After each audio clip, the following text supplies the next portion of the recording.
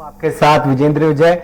छत्तीसगढ़ में बीजेपी ने विधानसभा चुनाव को लेकर बिगुल फूंक दिया है। इसके चलते बीजेपी के नेता अब संभागों में प्रदेश कार्य समिति की बैठक के जरिए चुनावी रणनीति तैयार कर रहे हैं। इसके तहत सरगुजा संभाग में आने वाले विधानसभा क्षेत्रों में प्रदेश पदाधिकारी पहुंच रहे हैं। प्रदेश की अनुसूचित जनजाति की 29 आदिवासी सीटों पर जीत हासिल करने के लिए अंबिकापुर में आज से मंथन शुरू हो गया है।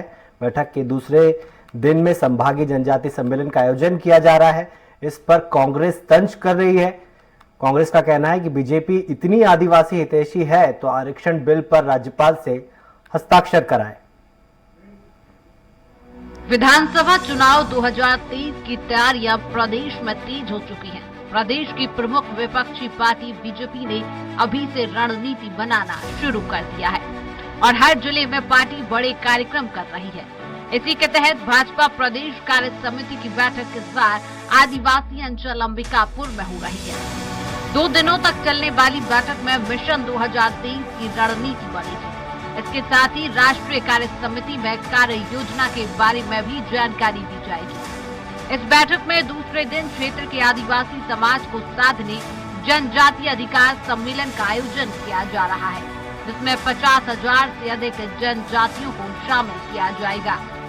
इस बैठक में आगामी विधानसभा चुनाव में जनजातीय सीटों पर जीत के लिए रणनीति तैयार की जा रही है, जिसके तहत बस्तर के 12 और सरगुजा संभाग के सभी 14 विधानसभा सीटों पर भाजपा के प्रत्याशियों को जीत दिलाने का लक्ष्य रखा जाएगा। इस बैठक में छत्तीसगढ़ भाजपा के प्रदेश प्रभारी ओम प्रकाश माथुर, क्षेत्रीय संगठन प्रभारी अजय जामवाल, सह प्रभारी नितिन नवीन, प्रदेश अध्यक्ष अरुण साव, राष्ट्रीय उपाध्यक्ष डॉक्टर रमन सिंह सहित प्रदेश के तमाम बड़े नेता शामिल हो रहे हैं। इस प्रकार से कह सकते हैं कि संपूर्ण एक विषयों पर एक चर्चा होती है, राजनीतिक प्रस्ताव भी होता है। केंद्र सरकार के माध्यम से जो आम जनता के हितों के लिए काम किया जा रहा है, राज्य सरकार जिस तरीके से धर्मांतरण से लेकर तमाम प्रकार के विषयों पर फेल हो रही है, लॉ एंड ऑर्डर की स्थिति खराब है और पूरे प्रदेश में जो हाहाकार मचा है, इन तमाम विषयों को लेकर एक राजनीतिक प्रस्ताव भी वहां पर प्रस्तुत किया जाएगा। कुल मिलाकर पूरे प्रदेश की जो हमारी कार्य समिति के लगभग 250 से 300 जो हमारे सदस्य हैं, वो उस प्रदेश कार्य समिति में 2 दिन बैठेंगे, विचार करेंगे, मंथन करेंगे। बीजेपी की कार्य समिति की बैठक पर आदिवासी मंत्री कवासी लखमा ने तंज कसते हुए कहा है कि हम अपने राजनीतिक जीवन में कार्य समिति की इतनी बैठक नहीं देखी है। यहाँ तो रोज कार्य समिति की बैठक हो रही है। बैठक में बीजेपी अपने नेता प्रतिपक्ष को तत्काल हटाए, नहीं तो ये बीजेपी राजनीतिक पार्टी नहीं बल्कि फर्जी है। इतने ही आदिवासी के हितैषी हैं तो आरक्षण बिल पर हस्ताक्षर कराने के लिए राज्यपाल से क्यों नहीं मिल रहे? भारतीय जनता पार्टी कितना भी बैठक करे, ये कार्य समिति कौन है पता नहीं। हम लोग तो राजनीति जीवन में देखते थे साल में एक बार कार्य समिति होता था, यह तो 1 साल 2 साल के बाद होता था। ये तो रोज कार्य समिति होता है। अगर रोज कार्य समिति होता है तो इसको कार्य समिति में निर्णय लेना चाहिए और प्रतिपक्ष नेता को तत्काल हटाए, तो तब तो भारतीय जनता पार्टी है, नहीं तो पार्टी नहीं है, ये फर्जी है। बहरहाल मिशन 2023 की चुनावी समर में उतर चुकी भारतीय जनता पार्टी आदिवासी सीटों पर विशेष फोकस कर रही है। बस्तर में चिंतन शिविर के बाद सरगुजा के अंबिकापुर में प्रदेश कार्य समिति की बैठक कर बीजेपी ने अपनी मंशा जता दी है। जनजातीय अधिकार सम्मेलन के बहाने बीजेपी अभी आदिवासियों को साधने का प्रयास कर रही है। अब देखना होगा बीजेपी के इस कवायद का आने वाले समय में कितना फायदा मिलता है। स्वराज एक्सप्रेस के लिए रायपुर से दिलीप साहू की रिपोर्ट। आदिवासियों से आज इस मुद्दे पर चर्चा के लिए हमारे साथ मौजूद रहेंगे कांग्रेस नेता अजय गंगवानी, बीजेपी नेता राजीव चक्रवर्ती, वरिष्ठ पत्रकार कौशल स्वर्णबेर। आप दोनों का स्वागत है। गंगवानी जी आपका भी और कौशल जी आपका भी बहुत बहुत स्वागत है स्वराज एक्सप्रेस पर। मेरा पहला सवाल कौशल जी से। कौशल जी, कैसे देखते हैं अभी से बीजेपी साधने की कोशिश कर रही है आदिवासी वर्ग को? हालांकि कांग्रेस का यह कहना है कि अगर वो इतनी बड़ी हितैषी है आदिवासियों की तो आरक्षण का जो बिल है उस पर राज्यपाल की साइन कराए।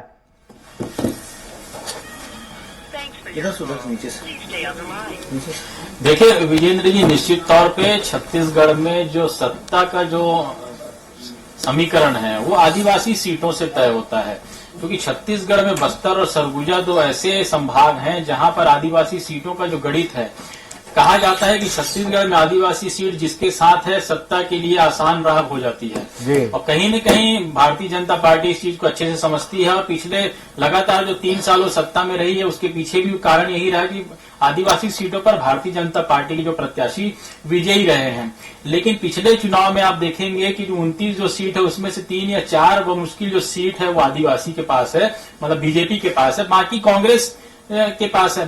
तो कहीं न कहीं भारतीय जनता पार्टी इस नतीजे पर पहुंची और इसके पहले बस्तर में भी उन्होंने एक चिंतन शिविर किया था और अभी सरगुजा में भी कार्य समिति की जो बैठक चल रही है, निश्चित तौर पे ये आदिवासियों को साधने की कवायद है। लेकिन जिस तरह कांग्रेस सवाल उठा रही कि यदि आदिवासियों की तरफ से आरक्षण बिल पे हस्ताक्षर करना चाहिए, क्योंकि लगातार देख रहे हैं कि छत्तीसगढ़ में पिछले 3 महीने से आदिवासी आरक्षण को लेकर राजनीति सरगर्मी तेज है।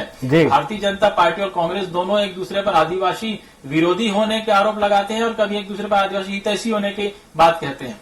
लेकिन यहाँ पर देखने वाली बात यह है कि जिस तरह से कांग्रेस ने हाथ जोड़ो अभियान की शुरुआत 26 जनवरी से करने जा रही है, कहीं न कहीं ये उसी सिलसिले में कदम भी है, क्योंकि भारतीय जनता पार्टी और कांग्रेस दोनों ही चुनावी समय में उतर चुके हैं। जिस साल में हम प्रवेश कर चुके हैं, निश्चित तौर पर विधानसभा का चुनाव होने वाला है और सत्ता की जो ताकत है वो आदिवासी सीटों के गणित से ही तय होता है। ठीक है, रुक करूंगा अजय जी का। अजय जी, आप बोलते हैं कि आपकी सरकार ने जनता के हित में सारे काम किए हैं, आपने किसानों के हित में काम किए हैं, धान खरीदी आप रिकॉर्ड कायम कर रहे हैं धान खरीदी में, लेकिन बीजेपी का कहना है कि आप आदिवासियों को रासुका के नाम पर डरा रहे हैं। देखिए, कहीं ना कहीं ये भारतीय जनता पार्टी का पाखंड है। ये वही रमन सिंह की पार्टी है जो आखिरी के कार्यकाल में तो 5 सालों में 9 बार रासुका लागू की। और आपके लोकप्रिय चैनल पर सर्च कर दो, रासुका जो है वो केंद्र सरकार का कानून है और रासुका जो है वो ऐसे लोगों को डरने की आवश्यकता है जो धर्मांतरण का काम करते हो, लोगों में सांप्रदायिकता फैलाने का प्रयास करते हो, कहीं ना कहीं सुरक्षा को सीधे सीधे प्रभावित करने का प्रयास। क्या विकार करना चाहते हैं कि कहीं ना कहीं ऐसी गतिविधियों में जुड़े हैं? कहीं ना कहीं छत्तीसगढ़ में भारतीय जनता पार्टी पूरी तरह मुद्दाविहीन हो चुकी है, उनका जनाधार पूरी तरह समाप्त हो चुका है और उनकी राजनीतिक जमीन लगातार खिसकते हुए जा रही है। और कहीं ना कहीं इनका जो दिल्ली का केंद्रीय नेतृत्व है वो भी छत्तीसगढ़ के किसी नेता पर भरोसा नहीं देता था, चाहे वो पूर्व मुख्यमंत्री रमन सिंह जी हो, अजय चंद्राकर जी हो, बिजमोहन अग्रवाल जी हो, सरोज पांडे।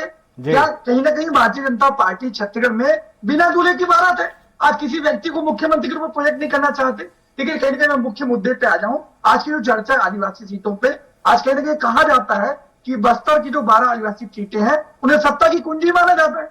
आज बस्तर की पूरी 12 की 12 सीटें, कुल छत्तीसगढ़ में 29 में से 27 आदिवासी सीटों पर कांग्रेस का कब्जा है। ये इस बात का स्पष्ट प्रमाण है कि आदिवासी समाज पूरी तरह कांग्रेस के साथ है। ये लगातार आदिवासी हितैषी होने का ढोंग करते रहे, लगातार आदिवासी को ठगते रहे। इन्होंने आदिवासी परिवार को जर्सी गिरा देने का वादा किया, नहीं निभाया। सरकारी नौकरी देने की बात की, नहीं निभाई। टाटा को 1707 किसानों की 4200 एकड़ जमीन सौंप दी। आज ये उनके अधिकारों कानूनों के संरक्षण की बात करते रहे। आज किस प्रकार से सारकेगुड़ा, एडसमेटा, पेद्दागुलू में निर्दोष मासूम फर्जियां उसका इनकाउंटर कर दिया गया और उनको सलाखों में पीछे ढकेल दिया गया। कहीं ना कहीं हमने जस्टिस पटनायक कमेटी के माध्यम से 900 से ज्यादा मामलों में 4 दलों की रिहाई की। तो कहीं ना कहीं हमने लगातार आदिवासियों के हितों में निर्णय लिए हैं, यही सबसे बड़ा कारण है। आज ये तेंदुपत्ता का 2500 देते थे, हम 4000 दे रहे हैं। ये रघुपत की यदि 60 करते थे, हम 65 कर रहे हैं। आज पूरे देश की वनोपज की खरीदी का 73% छत्तीसगढ़ में खरीदी किया जा रहा है, जो 600 गुना बढ़ा इनके समय से। तो लगातार 4,84,000 वनाधिकार पट्टे जो पूरे देश में सर्वाधिक है। तो कहीं ना कहीं हमने लगातार ग्राम स्वराज के स्वप्न को लेके, चाहे वो किसान हो, मजदूर हो, आदिवासी हो, युवा हो, महिला हो, हर वर्ग को आर्थिक रूप से संबल देने का काम किया है। और ये इस पर बात का स्पष्ट प्रमाण है कि 5 विधानसभा का उपचुनाव हो, त्रिस्तरीय पंचायत चुनाव हो, नगरीय निकाय चुनाव हो, सारे चुनाव परिणाम में भारतीय जनता पार्टी के नेता मुंह की खाते हैं। तो इस बात को सच को स्वीकार करना चाहते थे और यही कारण है कि लगातार दिल्ली का जो केंद्रीय नेतृत्व है वो लगातार तमाम आरोप आपने लगाए। मैं जवाब ले लेता हूँ। राजीव जी, आपका स्वागत है स्वराज एक्सप्रेस में हमारे साथ जुड़ने के लिए। अजय जी बोल रहे हैं कि आपकी पार्टी वो है बिना दूल्हे की बारात है, आपके पास तो दूल्हा ही नहीं है, तो आदिवासी आपको क्यों वोट देगा 2023 में? अच्छा जी, 2018 में कांग्रेस बिना दूल्हे की बारात थी क्या? जब 5-6 लोग यात्रा कर रहे थे, तो जी। 2018 में बिना दूल्हे की बारात नहीं थी। आज इनको अरे हमारी तो पड़ता है। प्रदेश अध्यक्ष है ना, और भूपेश भाई। 2003 में हमारे पार्टी में भी कोई दूल्हा का चेहरा नहीं था। लेकिन आप मुझे बोलने दीजिए ना, थोड़ा साहस रखिए सच सुनने का। गला मत दबाइए मेरा। आप लोग विपक्ष में गला दबाते हैं, रसूखा लगाते हैं, फर्जी इनकाउंटर करते हैं, मर्डर करवाते हैं। आपके नहीं झूठ का मुझे बोलने दीजिए ना। आपकी बारी आएगी तब बड़ा मुश्किल हो जाएगी। मैं धैर्य से सुनते रहा। अब आप मुझे बोलने नहीं देंगे। अरे तो मुझे बोलने दीजिए ना, अजय आपकी जी बारी आएगी, आप बता देंगे। ओपनिंग कमेंट है उनका, बोलने दीजिए सर। अजय जी मुझे बोलने देंगे क्या? अजय जी मुझे बोलने देंगे? बोलिए राजीव जी। नहीं, फिर मैं बोलने नहीं दूंगा अजय जी। फिर ये डिबेट डिरेल्ट मैं करूंगा। चलेगा। नहीं। राजीव जी अपनी बात रखिए सर जी। नहीं तो मैं आप धारा प्रवाह झूठ बोलते रहे, मैं चुपचाप सुनता रहा। तो साहस रखिए सच सुनने का।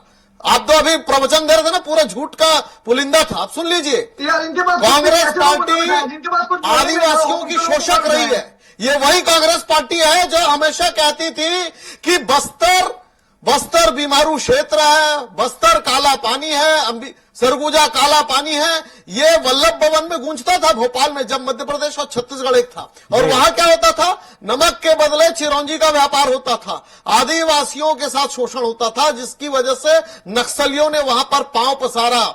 हमेशा जो मूल निवासी आदिवासी उसका शोषण करता पार्टी रही कांग्रेस पार्टी। वो चाहती थी कि वह शोषण चलता रहे, इनका धंधा चलता रहे, फाइलों पर सड़कें बनती रही। 15 साल के भारतीय जनता पार्टी के राज में वहां पे सड़कें बनी, वहां मेडिकल कॉलेज बनी, वहां दूरस्थ इलाकों में विकास की गंगा पहुंची। और विकास की गंगा पहुंचने के कारण आज मुख्य धारा पर सरगुजा क्षेत्र है, बस्तर क्षेत्र है। और जहां तक चुनावी आगाज की बात है, भारतीय जनता पार्टी हमेशा से जन जन के लिए सड़कों पर रहती है, सड़क से लेकर सदन तक की लड़ाई लड़ती है। तो कोई बस्तर का मोड कह ले या कुछ भी बात कह ले। 2003 में जोगी जी कहते थे कि मैं ज्योति बसु का रिकॉर्ड तोड़ूंगा, 35 वर्ष तक का मुख्यमंत्री रहूंगा। और उस समय भारतीय जनता पार्टी के पास कोई चेहरा नहीं था। लेकिन हमारे नेतृत्व में कांग्रेस के किल में अंतिम किला ठोका और 15 साल तक भारतीय जनता पार्टी की राज रही। इसलिए राज रही क्योंकि कांग्रेस के शोषण से लोग अजीज आ चुके थे। 15 साल बाद लोगों ने सोचा कि चलो बदलाव करते हैं। और ये 4 साल में साहब ऐसी स्थिति है कि इनका एजेंडा चल रहा है शराब बिक्री का, और इनका वादा था शराबबंदी का। इनका एजेंडा चल रहा है धर्मांतरण का। इनका कहना था कि हम सुदूर वनांचल क्षेत्रों का विकास करेंगे। इनका वादा था कि हम पुलिसिंग व्यवस्था मजबूत करेंगे। आज तो पुलिस कमीशन खोरी में कांग्रेस के नेताओं के साथ चाकूबाजी सजीज आ चुकी है। राजधानी के महिलाएं तो छोड़िए साहब, अब 12 बजे जी आपके 10 पास बजे के बाद डरता है कि मेरे ऊपर कोई चाकू वार न कर दे नाइट्रो ट्रेन से सवार व्यक्ति।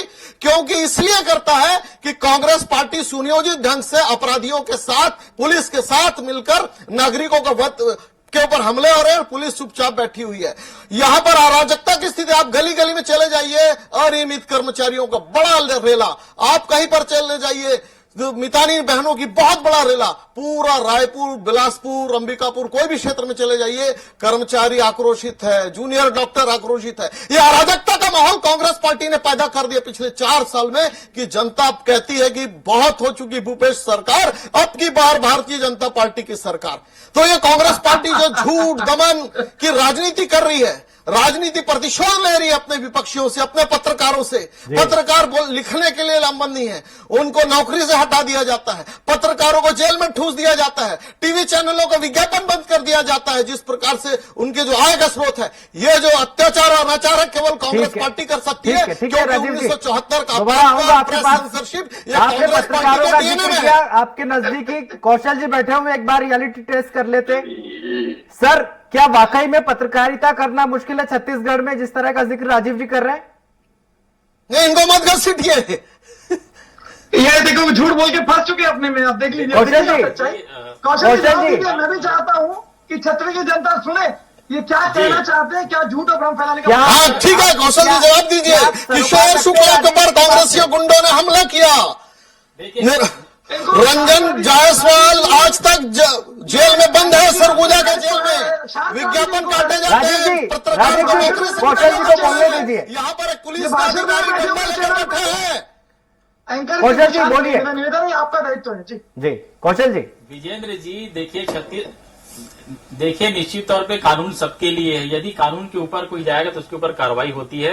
ये नहीं कहते कि किसी पत्रकार के ऊपर कार्रवाई, यदि वो पत्रकार है, यदि वो कानून के ऊपर जा रहे, यदि कोई गलत कर रहा है तो मुझे लगता है उसके ऊपर भी कार्रवाई हो रही है। और जिस तरह से दमनात्मक कार्रवाई यदि की बात है, तो यदि कोई गलत कर रहा है तो उसके खिलाफ कार्रवाई होती है। किसी के ऊपर जबरदस्ती कहीं नहीं किया जा सकता है। जैसे अभी रासुका लगाया गया है, तो जो कलेक्टरों का अधिकार दिया गया, तो निश्चित तौर पे जो कलेक्टर को पावर दे दिया गया, तो इसका ये मतलब थोड़ी कि आप किसी के ऊपर रासुका लगा देंगे। तो जो नियम कायदे कानून है उसके बाहर यदि कोई जाएगा तो उसके खिलाफ कार्रवाई होगी निश्चित तौर पे। जी ठीक है। मैं विजेंद्र जी, राजीव जी आऊंगा आपके पास। अजय जी का रुख कर रहा हूँ।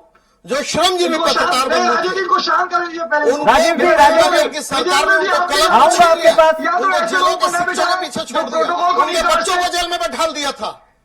इनको राजीव जी अपनी बात रखिएगा, मैं अजय जी का रुख कर रहा हूँ। अजय जी, कौन बैठेंगे? आपकी पार्टी कह रही है कि आपके पास सीजी मॉडल है। चैनल पर भी डिक्टेटर कर रहे हैं। राजीव जी, मैं अजय जी से सवाल कर रहा हूं। अजय जी, आपकी पार्टी कहती है, आपकी सरकार कहती है कि हमारे पास सीजी मॉडल है। अगर बीजेपी सांप्रदायिकता की बात करती है, धर्मांतरण की बात करती है, तो आपकी पार्टी के लोग इतने बेचैन क्यों हो जाते हैं? आपको तो कूल रहना चाहिए, आपके पास सीजी मॉडल है। विजय जी थोड़ा सा समय दीजिएगा, सबसे पहले इनको शांत कर लीजिए। मैं इनके सच खोलूंगा ना, और पट्टी खोलेगी तो बौखलाहट शुरू हो जाएगी इनकी। देखिए कुछ मेरे समय दीजिए, बिंदु बार बात करता हूँ। देखिए कहीं ना कहीं छत्तीसगढ़ मैंने स्पष्ट रूप से कहा कि भारतीय भंग नहीं करता, शुरू हो गया।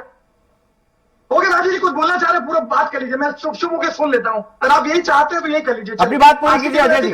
अजय जी आप झूठ कहिए, मैं बैठा हूँ आपका सच का सामना शांत करने के लिए शांत जवाब कर देने लीजिए के लिए। पहले। जी राजीव जी बोलने दीजिए। अगला 2.5 मिनट दीजिएगा, पूरा क्लियर हो जाएगी। देखिए कहीं ना कहीं छत्तीसगढ़ में भारतीय जनता पार्टी पूरी तरह मुद्दाविहीन हो चुकी है। 4 साल में एक भी तथ्यात्मक आरोप जो है भारतीय जनता पार्टी साबित नहीं कर पाई है। आज कहीं ना कहीं हमने लोकतंत्र और संविधान का पूरा सम्मान किया है। हम कुछ चाहते हैं विपक्ष अपनी सक्रिय भूमिका निभाए और एक सही पक्ष का निभाए, लेकिन कहीं ना कहीं पूरी तरह विफल होने के बाद आज कहीं ना कहीं छत्तीसगढ़ नहीं पूरे देश में जहां जहां भारतीय जनता पार्टी विपक्ष में होती है, धर्म को धर्म से लड़ाना, एक वर्ग के प्रति दूसरे को खड़ा करना, कहीं ना कहीं यही भारतीय जनता पार्टी और आरएसएस का हिडन एजेंडा राजनीति टूट रहा है। आज धर्मांतर के जो वो मध्य के समय से लागू है। पहले भी कवर्धा में 2 गुटों की लड़ाई को ये राजनीतिक रंग देने का प्रयास करते हैं। उसके बाद नारायणपुर में आज 11 लोगों की गिरफ्तारी होती है, जिसमें भारतीय जनता पार्टी के जिलाध्यक्ष भी शामिल है और अन्य पदाधिकारी भी है। आज कवर्धा में शांति मार्च की परमिशन लेते हैं और यहाँ विश्व हिंदू परिषद के लड़के धनतरी, कांकेर, बालोद, रायपुर से मिला के जो है छत्तीसगढ़ की शान धरा को शांत करने का प्रयास करते हैं। तो कहीं ना कहीं यही भारतीय जनता पार्टी का चरित्र है। आज कहीं ना कहीं आदिवासी समर्थक होने का दावा करते हैं। आज 2 दिसंबर को आरक्षण संशोधन विधेयक जो है हमारी पूरी सर्वसम्मति से पारित किया गया है। किसके इशारे पर, किसके दबाव में, क्या एकात्म परिषद में बैठ के आज आदिवासियों के हित के लिए आरक्षण संशोधन विधेयक ला रहे हैं, उसको बाधित करने का प्रयास किया जा रहा है। आज कर्नाटक जो कर्नाटक में इनकी सरकार जी है, जरूर आऊंगा आपके पास। जी राजेश जी आऊंगा। मैं कंप्लीट कर लूं। आज छत्तीसगढ़ की बात करूं चाहे झारखंड की बात करूं, दोनों जगह यह आरक्षण संशोधन विधेयक को बाधित करने का प्रयास किया जा रहा है। जहां जहां भारतीय जनता पार्टी की सरकार है वहां तुरंत इसको राज्यपाल हस्ताक्षर कर देता है।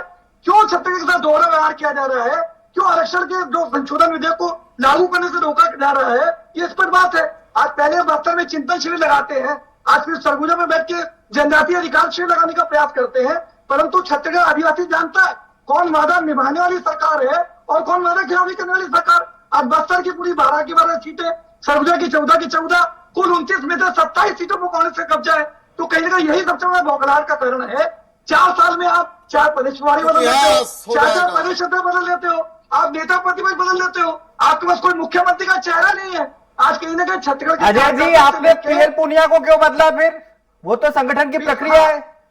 विजेंद्र जी बात कर लेता हूं मैं। देखिए हमने बदला ना पीएल पुनिया के कार्यकाल के बाद। इन्होंने क्या कार्यकाल पूरा हो गया डी पुरंदेश्वरी का? पूछ लीजिए इनसे। हमारे पार्टी में पूरी तरह से लोकतांत्रिक प्रक्रिया है।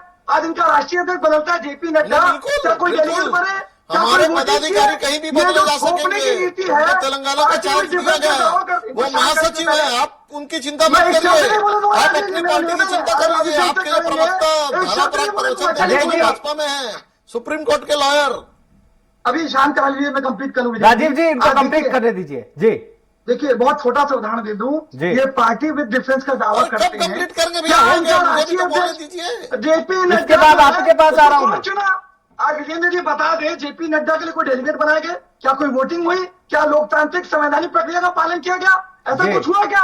हमारे राष्ट्रीय अध्यक्ष में 9000 डेलीगेट वोट करते हैं और दूसरी बात, सबसे प्रमुख मुद्दे पे आऊं, ये अपराध की बात करते हैं। आज इनका नेता प्रतिपक्ष का जो पुत्र है उस पर एक पीड़िता आरोप लगाती है, उस पर एफआईआर दर्ज होता है।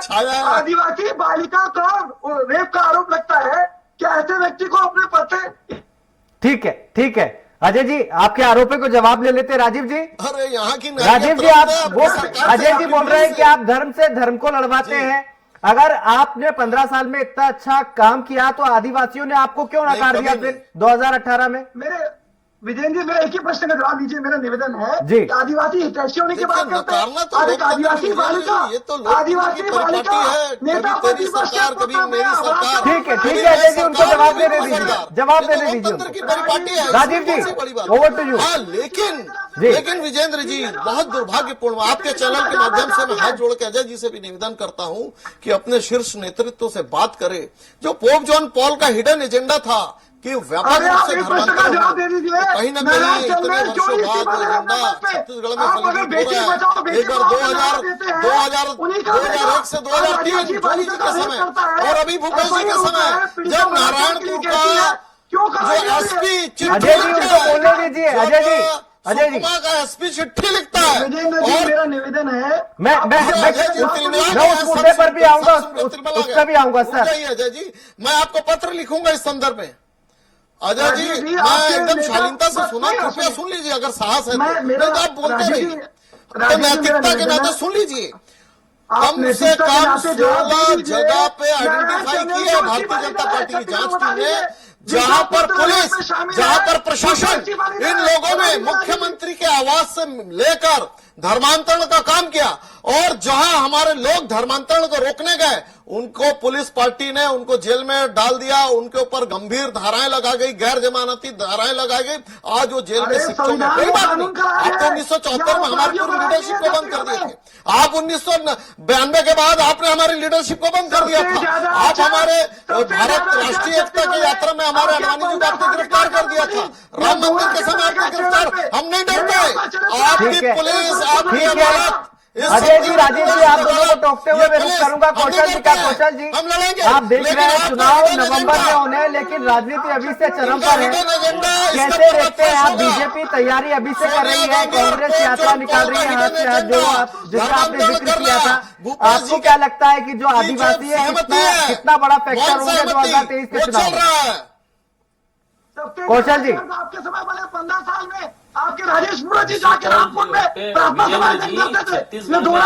अजय जी, कौशल जी बोल रहे हैं, उनको बोलने दीजिए। कौशल जी, क्योंकि छत्तीसगढ़ में जब कौशल जी, विजेंद्र जी, मैं कह रहा हूं कि छत्तीसगढ़ में शुरू से, जब से छत्तीसगढ़ बनी है तब से यहाँ पर जो आदिवासी फैक्टर है वो लगातार हावी रहा है, और इस चुनाव में भी आदिवासी फैक्टर हावी रहेगा, क्योंकि सत्ता का जो समीकरण है वो आदिवासी की जो 29 सीट है वहीं से डिसाइड होता है। मैदानी क्षेत्र में डावाडोल की स्थिति रहती, क्योंकि कोई भी पार्टी भारी पड़ सकती है, लेकिन आदिवासी सीट जिसके साथ है, चाहे भाजपा के साथ जाए या कांग्रेस के साथ जाए, यदि 29 में से अधिकांश सीट यदि जो पार्टी जीतेगी वही इस बार भी सत्ता में आएगी। और जिस तरह से इस बार अभी कांग्रेस सत्ता में है, लगभग 27 सीट जो आदिवासी सीट है उनके साथ है। मैदानी सीटों का गणित काफी डावाडोल की स्थिति रहती छत्तीसगढ़ में, और इस बार भी इसलिए रहेगी कि इस बार तीसरी शक्ति के रूप में और भी अन्य दल जो है चुनावी मैदान में रहेंगे। तो कहीं न कहीं इस बार भी आप देख रहे हैं कि जो चुनावी का जो समर है वो अभी शुरू हो चुका है, और आदिवासी सीटों का जो गणित है निश्चित तौर पर 2023 के लिए भी जो सत्ता का जो इतिहास है वो लिखने जाएगा। विजेंद्र जी, कौशल जी, 2013 में हमारे पास आदिवासी सीटें कम थी, मेरी बारी है, लेकिन उसके बावजूद भी हम जी, मेरा एक सवाल, छोटा सा सवाल है कौशल जी। कौशल जी, 2023 में आरक्षण 2013 का समीक्षा कितना बड़ा मुद्दा होगा? 2003 में राज्यपाल ने हमारी भयंकर अभी तक सीटें, हस्ताक्षर नहीं करे उसमें, आरक्षण पर क्या स्थिति रहेगी? कौशल जी, वो लंगड़ी मसौदा है। देखिए, निश्चित तौर पर अभी 5-6 महीने का टाइम है, और आरक्षण के बाद भी मुझे लगता है कि बहुत सारे ऐसे मुद्दे हैं जो छत्तीसगढ़ में हैं।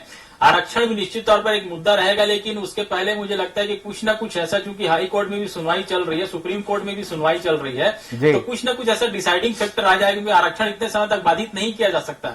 इसके कारण क्या है, छत्तीसगढ़ में बहुत सारी चीजें प्रभावित हो चुकी है, तो आरक्षण के अलावा भी बहुत सारे जो मुद्दे हैं वो हावी रहेंगे। आरक्षण एक मुद्दा रह सकता है यदि इस पर कोई निर्णय नहीं हुआ, लेकिन मुझे लगता है कि मार्च के बजट सत्र के पहले कुछ ना कुछ आरक्षण को लेके रिजल्ट आ जाएगा। ठीक है, एक छोटा सा कमेंट चाहूंगा मैं अजय जी से। अजय जी, 2023 में अगर आदिवासियों का आरक्षण 32 से 20% हो गया है, तो आदिवासी कांग्रेस को क्यों वोट देगा 2023 के विधानसभा चुनाव में?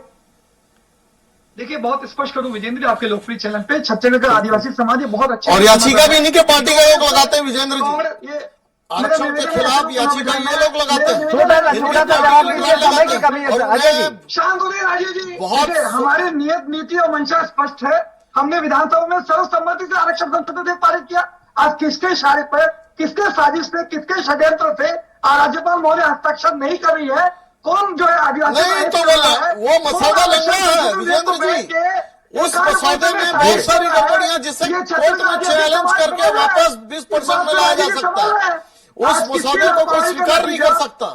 क्वारंटाइन देश, सांख्यिकी डेटा अपूर्ण, जनगणना अपूर्ण, उसमें 7 ऐसे बिंदु हैं जो अपूर्ण हैं कि वो कॉलेज थी। और दुर्भाग्य से इन्हीं के पार्टी के लोग उसे चैलेंज करते हैं हाईकोर्ट ठीक है अजय जी, आपका बहुत बहुत शुक्रिया चर्चा में आने के लिए, हमारे साथ जुड़े हुए। तो आपका भी बहुत बहुत शुक्रिया। राजीव जी, वक्त की कमी है इसलिए आपको यही टोकना चाहूंगा मैं। आप सब आए, आपका बहुत बहुत शुक्रिया। 2023 में विधानसभा चुनाव होने हैं, बीजेपी अभी से तैयारी कर रही है, कांग्रेस भी यात्रा निकाल रही है, लेकिन यह तो आने वाला वक्त ही बताएगा कि अगली विधानसभा में किस पार्टी की सरकार बनेगी। फिलहाल के लिए इतना ही। आप देखते रहिए स्वराज एक्सप्रेस। नमस्कार।